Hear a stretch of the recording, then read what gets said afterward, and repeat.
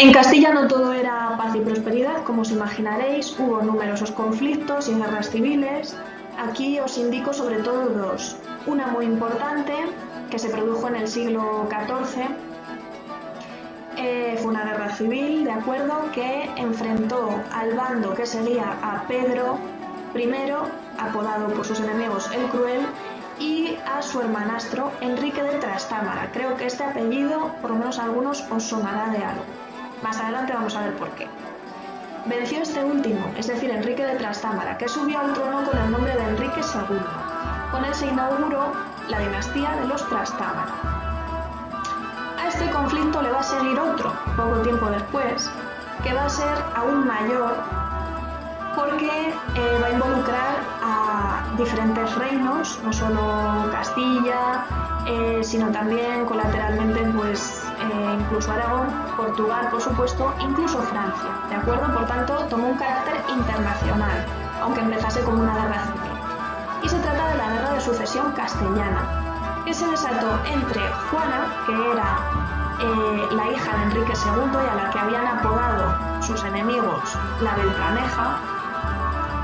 Se enfrentaba esta, Juana, y la sobrina de Enrique II, es decir, la prima de Juana, que era Isabel, a la que se conocería más adelante como Isabel la Católica, ¿de acuerdo? Que os sonará.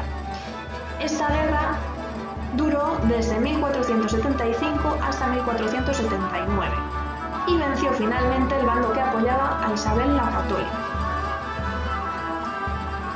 Esta victoria se hace manifiesta al firmar ambos bandos el Tratado de Alcasovas o de Alcásogas, que reconocía a Isabel y a su marido Fernando de Aragón como reyes de Castilla y concedía a cambio a Portugal la hegemonía en el Atlántico, a excepción de las Canarias, de las Islas Canarias.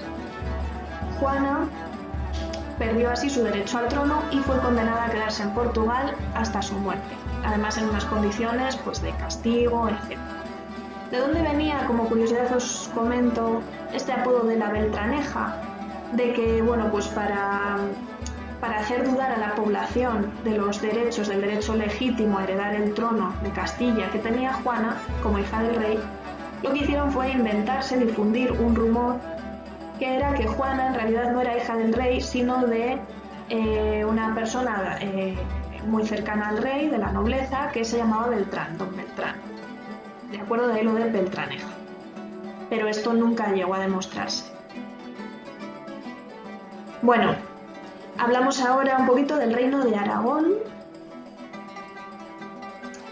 Aquí os incluyo el mismo mapa y os rodeo los territorios que abarcaba la corona de Aragón. Bueno, durante la Reconquista, la conquista de las Baleares por parte de la corona de Aragón se inicia con el rey Jaime I el Conquistador, concretamente en 1229 al hacerse con Mallorca.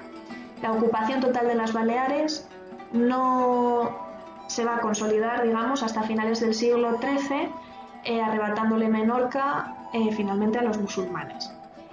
Este mismo rey, Jaime el Conquistador, va a lograr una bula papal con carácter de cruzada para que pudieran ir a ayudarle de otros lados tropas cristianas con ciertos privilegios a cambio para conquistar Valencia, que acabaría cayendo en sus manos en 1238. Y bueno, pues aparte, como veis, por la situación geográfica de la corona de Aragón, los territorios que la componen, tenían, digamos, mucha vocación mediterránea, como os dicen en el libro. ¿Qué quiere decir esto? Que miraban mucho al mar Mediterráneo, lógicamente el Mediterráneo les aportaba, tenía potencial para aportarles mucha riqueza y así procuraron aprovecharlo. Por eso pues fueron anexionándose las islas de Sicilia y Cerdeña en los siglos XIII y XIV, el reino de Nápoles en el siglo XV, etc. Aquí os incluyo un mapita en el que creo que lo tenéis también en el libro, pero bueno, ahí veis bien esas rutas del Mediterráneo, esa expansión mediterránea de la corona de Aragón. Bien, pasaríamos a hablar un poco del gobierno del reino de Aragón. Tenemos que recordar que no era homogéneo para nada, de hecho estaba constituido por 4 territorios diferentes y cada uno de ellos tenía sus propias instituciones y sus propias leyes, ¿de acuerdo? ¿Cuáles eran esos 4 territorios? Aragón, los condados catalanes, Valencia y, bueno, aquí se habla de Mallorca, ¿de acuerdo? Una diferencia social y que afectaba a las leyes era que en todos los reinos, igual que hemos visto en Castilla y en León, se reconocían 3 estamentos sociales diferentes, menos en Aragón, no era el caso de Aragón, que reconocía 4 estamentos. ¿Por qué? Porque hacía diferencia entre la alta y la baja nobleza. Bueno, instituciones importantes, principalmente las Cortes, muy similares a las que hemos visto también de Castilla y de León, con las mismas competencias, ¿de acuerdo? Aunque con la diferencia de que cada territorio tenía las suyas propias, no se unificaron como ocurre con la de León y la de Castilla. Y por otro lado teníamos la Diputación General en el caso de Aragón y la Generalitat, que es el homólogo pero en los otros territorios, que bueno, pues en origen era una institución que servía para obligar a cumplir los acuerdos a los que se había llegado en las reuniones de las Cortes con el rey. Sin embargo, con el tiempo fueron adquiriendo más poder y más autonomía, superando al final al poder político real que tenían las Cortes. ¿Cómo era la economía en la Corona de Aragón? Pues también heterogénea, ¿de acuerdo? De hecho, difería bastante de unos territorios a otros. Por un lado, en Aragón las actividades más importantes eran la agricultura y la ganadería. Sin embargo, en el caso de Cataluña, tenía una inmensa importancia, bueno, y va a ir aumentando a lo largo de la historia, digamos, la industria textil y sobre todo el comercio, con centro en Barcelona, que llegaría a convertirse de hecho durante la Edad Media hasta la segunda mitad del siglo XIV en centro neurálgico comercial del Mediterráneo. ¿Qué ocurre en la segunda mitad del siglo XIV? Ya lo habéis estudiado, la epidemia de la peste negra, que el peor año de todos ya sabéis que fue en 1348, pero bueno, pues abarcó pues eso, mucho tiempo, las consecuencias fueron nefastas, en concreto Barcelona pues fue asolada, ¿de acuerdo? Y esto se notó, el descenso inmenso de la población, un parón enorme de la economía y perdió durante mucho tiempo su hegemonía comercial en el Mediterráneo, que Valencia supo aprovechar, como se indicó en esta diapositiva, le tomó el relevo a Barcelona cuando ésta entra en ese declive comercial. Bueno, en la Corona de Aragón también hubo muchos conflictos y demás. Aquí se centran sobre todo en las revueltas sociales, por tanto es lo que vamos a hablar, así, un poco brevemente. También tiene que ver con la crisis que provocó la epidemia de la peste negra, ¿de acuerdo? Se incrementó la presión de los señores sobre los campesinos, entre otras cosas porque había muerto mucha gente. De hecho, recordad que en total se estima que murió 1/3 de la población europea, ¿de acuerdo? A causa de la peste, con lo cual había mucha menos gente para trabajar, entre otras cosas. Por eso los campesinos que quedaban vieron sus condiciones de vida que empeoraron mucho y la presión sobre ellos para el pago de impuestos y demás fue aún mayor, porque los señores, los privilegiados, no querían perder dinero, lógicamente.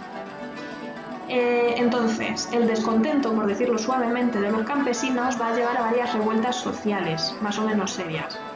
La más duradera y la más violenta también fue la de los payeses de remensa, que eran unos campesinos que por ley estaban atados, sujetos a la tierra, y si se querían ir de esa tierra que trabajaban, tenían que pagar un rescate o remensa. El conflicto no se solucionaría hasta que llegó al trono Fernando el Católico, ¿de acuerdo? Duró un poco.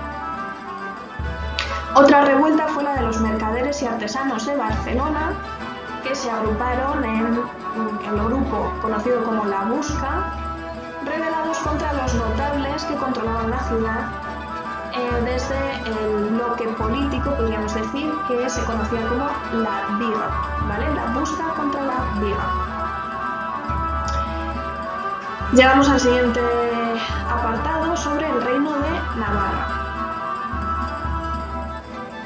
Bueno, os indico otra vez el mapita, aunque creo y espero que todos tenéis claro dónde está Navarra, aproximadamente al menos. En el caso de este reino hubo bastantes bastantes cambios a todos los niveles, pero bueno, sobre todo dinásticos y por tanto también en la forma del gobierno.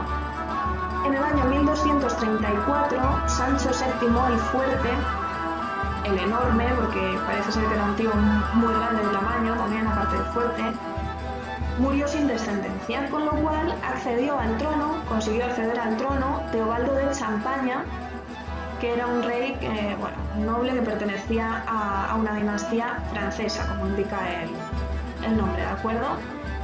En 1238 se proclamó el primer fuero general de Navarra. Para los despistados que no se acuerdan de qué era un fuero. Bueno, un fuero es una ley que el monarca entonces concedía a algunos territorios, también podía ser a personas individuales,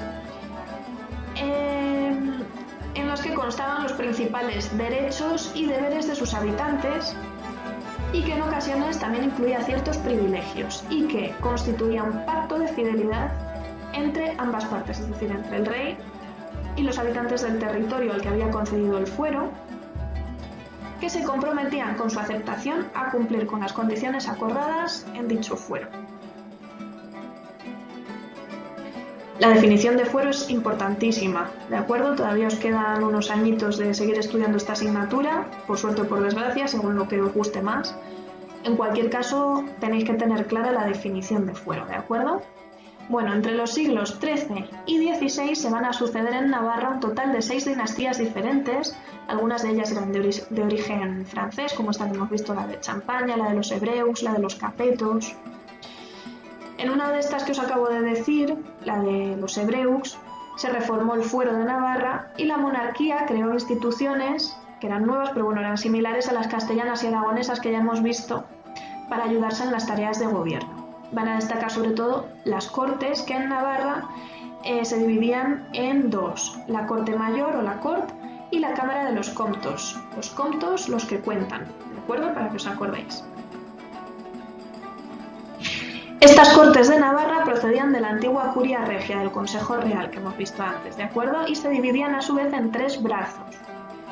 No os liéis, o sea, lo único que cambia es el nombre, que en vez de llamarlo estamentos lo llaman brazos, pero son exactamente los mismos: el brazo de la nobleza, el brazo del clero y el brazo del pueblo llano. ¿Cómo era la organización territorial de Navarra? Se dividía en 4 partes diferentes o merindades, que os indico ahí en ese mapita en colores diferentes. ¿Cuáles eran esas partes? Las llamaban la montaña, la Sangüesa, Estella y la Ribera, ¿de acuerdo? Al noroeste también había un territorio que llamaban Tierra de Ultrapuertos, que era navarro, ¿de acuerdo? Pero se encontraba en medio del territorio francés.